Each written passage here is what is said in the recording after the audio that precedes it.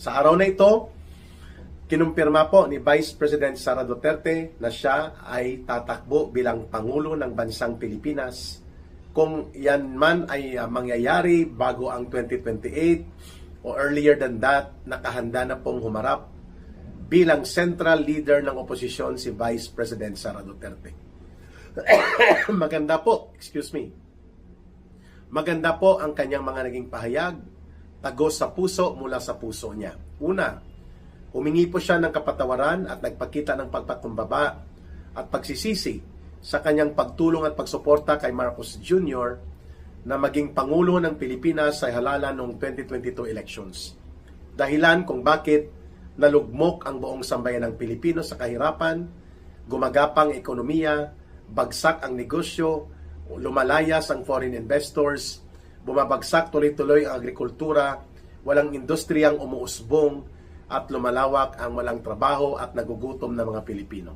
Dahil walang inatupag ang gobyerno ni Marcos matapos ito na maging Pangulo na nang tinulungan siya ni Vice President Sara Duterte, kundi ang pagpapalaganap ng pangungurakot at pandarambong sa kaban ng bayan kasabay po ng kanilang paglalaro ng maruming politika laban sa mga Duterte. Pangalawa, inamin po ni Vice President Sara Duterte na ang pagiging bulok ng gobyerno na kanyang tinulungan ay nagresulta sa maraming mga pangarap ng kabataang Pilipino na naudlot dahil po pabagsak ng pabagsak ang serbisyo ng gobyerno. Mga school buildings po hindi halos natutugunan ang pagpapatayo nito. Mga pondo ng PhilHealth ninanakaw. Ang flood control project ginamit na isa sa pinakamalaking source ng limpak-limpak na pera na kinurakot nila Marcos at ng sindikato nila kasabay si Romualdez. So humingi siya ng kapatawaran dahil kahit papaano may naging party siya kung bakit nakaakyat sa panibagong kapangyarihan ang mga Marcoses because of that. So maintindihan natin ang paghingi ng kapatawaran ni Vice President Sara Duterte sa sambayan ng Pilipino at yan ay pagpapakita ng isang matino at maayos na karakter ng isang leader. Pangatlo, sinabi ni Vice President Sara Duterte na nalulungkot siya at humingi ng kapatawaran kung bakit ang mga institusyon ng gobyerno ay patuloy po na ginagamit para abusuhin at ito po ay gamitin upang sikilin ang mga karapatan ng mga mamamayan samantalang ginagamit naman ito para sa kapakinabangang personal ng mga abusado na nasa poder at kapangyarihan.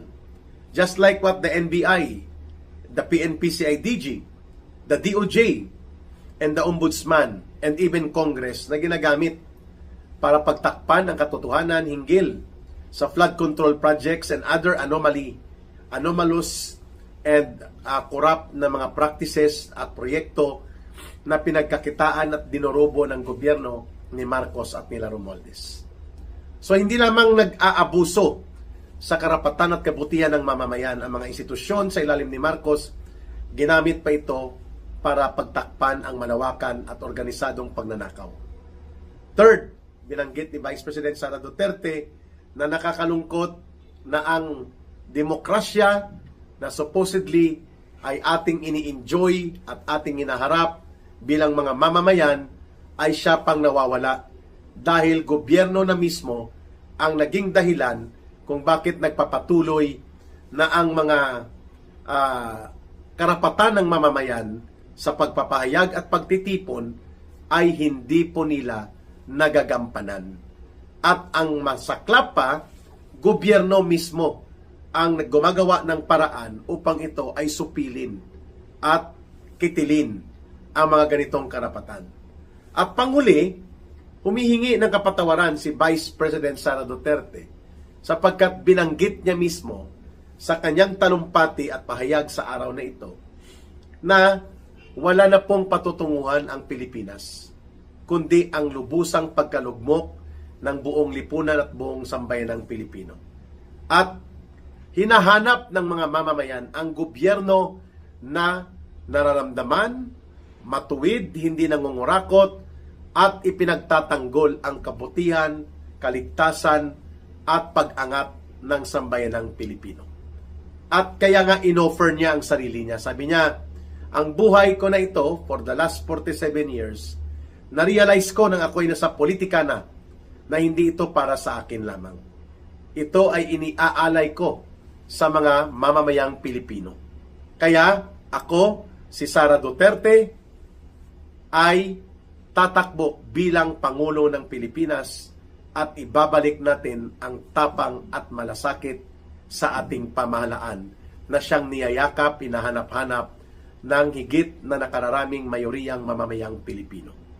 Mabuhay, Vice President Sara Duterte, sa inyong tapang at malasakit. Ngayon, we can now declare na tinawid na po ni Vice President Sara Duterte ang tinatawag na the Rubicon Challenge. Sa ancient Rome po, sa history ng Rome, may kasabihan po na bago tumawid si Julius Caesar sa napakalaking labanan doon sa Rubicon River, ay inihanda na niyang sarili niya na haharapin niya ang pinakamatinding pagsubok. Kaya ito po ang ating sinasabi that Sara Duterte today has crossed the Rubicon of her political life nang diniklara niya na siya ay handang pamunuan ang bansang Pilipinas at magiging Pangulo upang maibalik ang totoong tapang at malasakit sa isang matino at matuwid na gobyerno. And now, because of this declaration ni Vice President Sara Duterte, ang buong Pilipinas po, kung saan may iba-ibang hibla at hanay ng oposisyon politikal, ay magkakaroon ngayon ng central figure and central leader sa katauhan po ni Vice President Sara Duterte. Kung dati ay nag-aalangan pa ang iba't ibang sektor na baka hindi naman desidido o seryoso pa o hindi pa handa si Vice President Sara Duterte para pamunuan ang opposition movement na lalaban sa katiwalian, korupsyon, pandarambong, abuso sa poder at kapangyarihan, paglulustay sa kaban ng bayan, at paglapastangan sa interes at kabutihan ng mamamayan na ginagawa ng gobyerno ni Marcos. This time around, it's confirmed and it is now categorical. Sara Duterte is the leader and the central figure now of the opposition movement sa Pilipinas. At hindi po si Hontiveros o si De Lima. Sapagkat ang ipinapangalandakan at ipinagpapamilitan o ipinagpipilitan nila Hontiveros at De Lima na sila ay oposisyon daw sa darating na 2028, yan po ay kasinungalingan at kalokohan. Si Hontiveros, si De Lima, sila Pangilinan, sila Bam Aquino, ang grupo nila ng yellow at pink, hindi po sila oposisyon. Sila po ay kasabwat, sila po ay kakotsaba, sila po ay enabler ng tagapagtaguyod ng pandarambong at pangungulimbat sa kaban ng bayan, at ginamit sila na attack dog ni Marcos at Romualdez na pinopunduhan po sila. Kaya hindi totoo na si Risa Hontiveros at sila Bam Aquino at ang grupo nila De Lima at nila Pangilinan ay mga even Leni Robredo. They're not the opposition. They are tactical allies sa kurakot, bulok at abusado at magnanakaw na gobyerno ni Marcos. They can never be the opposition. Ang real opposition ngayon sa gobyerno ni Marcos ay walang iba kundi si Sara Duterte. At siya po ang tinitingnan ngayon na rallying central figure kung bakit ang sambayanang Pilipino ay natutuwa, nagagalak at very excited na tinawid na ni Vice President Sara Duterte ang panawagan ng mamamayang Pilipino na pamunuan niya ang aktual at real opposition movement laban sa mapang-abuso, mandarambong at bulok na gobyerno ni Marcos at nila Romualdez. Pangalawa, nakaragdagan po sa kahalagahan at pagiging napapanahon nitong deklarasyon ni Vice President Sara Duterte na siya ay magiging Pangulo ng Pilipinas.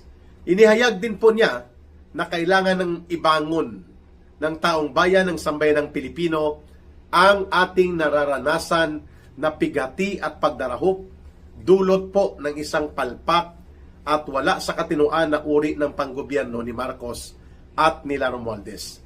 At kailangang maisulong po ang mga naiwan pa at hindi na kumpleto na maipatupad na mga programa ng tapang at malasakit ni Pangulong Duterte. Number 1, ang paglaban at pagpapatigil sa korupsyon at ang pagpapakulong at pagpaparusa at pagbawi ng mga ninakaw na yaman sa mga nangurakot sa pangunguna nila Marcos.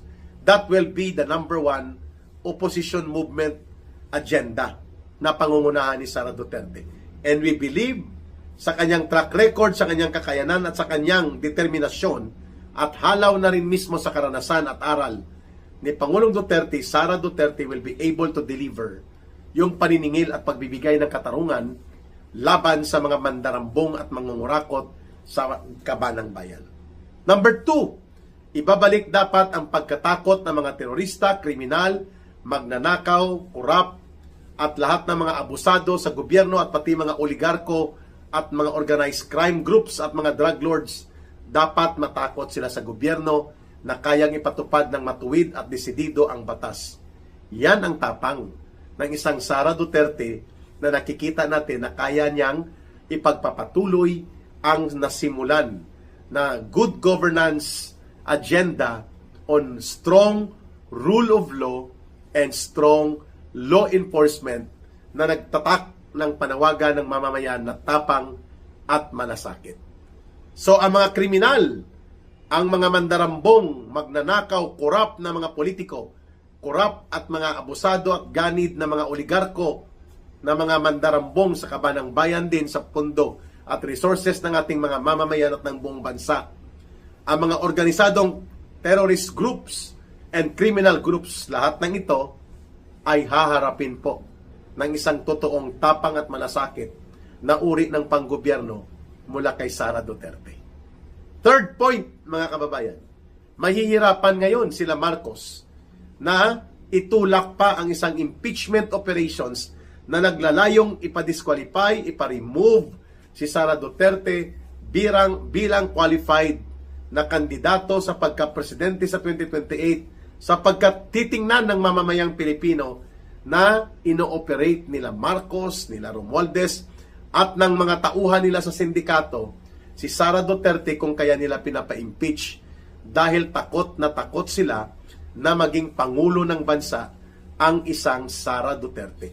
That is exactly ang magiging epekto ngayon yan, magdadahan-dahan, maghinay-hinay pating ilang mga senador at mag-iisip sila na we have a very popular leader right now na niyayakap ng mayoriya ng mga mamamayang Pilipino and yet ipatatanggal natin siya sa kanyang kapangyarihan na ipinagkaloob ng mga mamamayan with more than 32 million na mga bumoto sa kanya at isusulong natin na siya'y hindi na makakatakbo pa sa anumang public office to the point na magiging disqualified na siya sa pagiging pangulo ng bansa.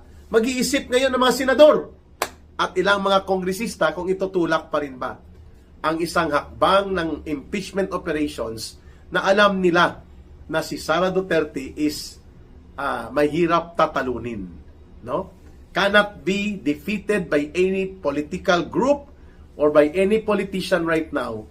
Ang kategorya ni Sara Duterte is a runaway winner.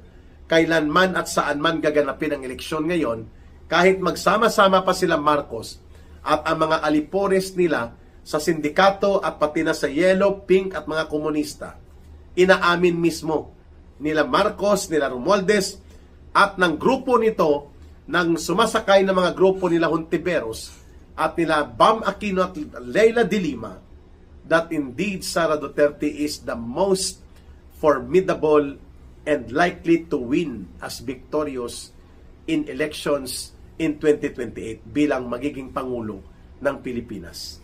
Kaya itong deklarasyon ni Vice President Sara Duterte ay napapanahon, very timely, at ito ang inaantay ng mga mamamayang Pilipino na nagkaroon na ng isang Sara Duterte upang tatayo bilang central, real opposition figure ng buong sambayanang Pilipino.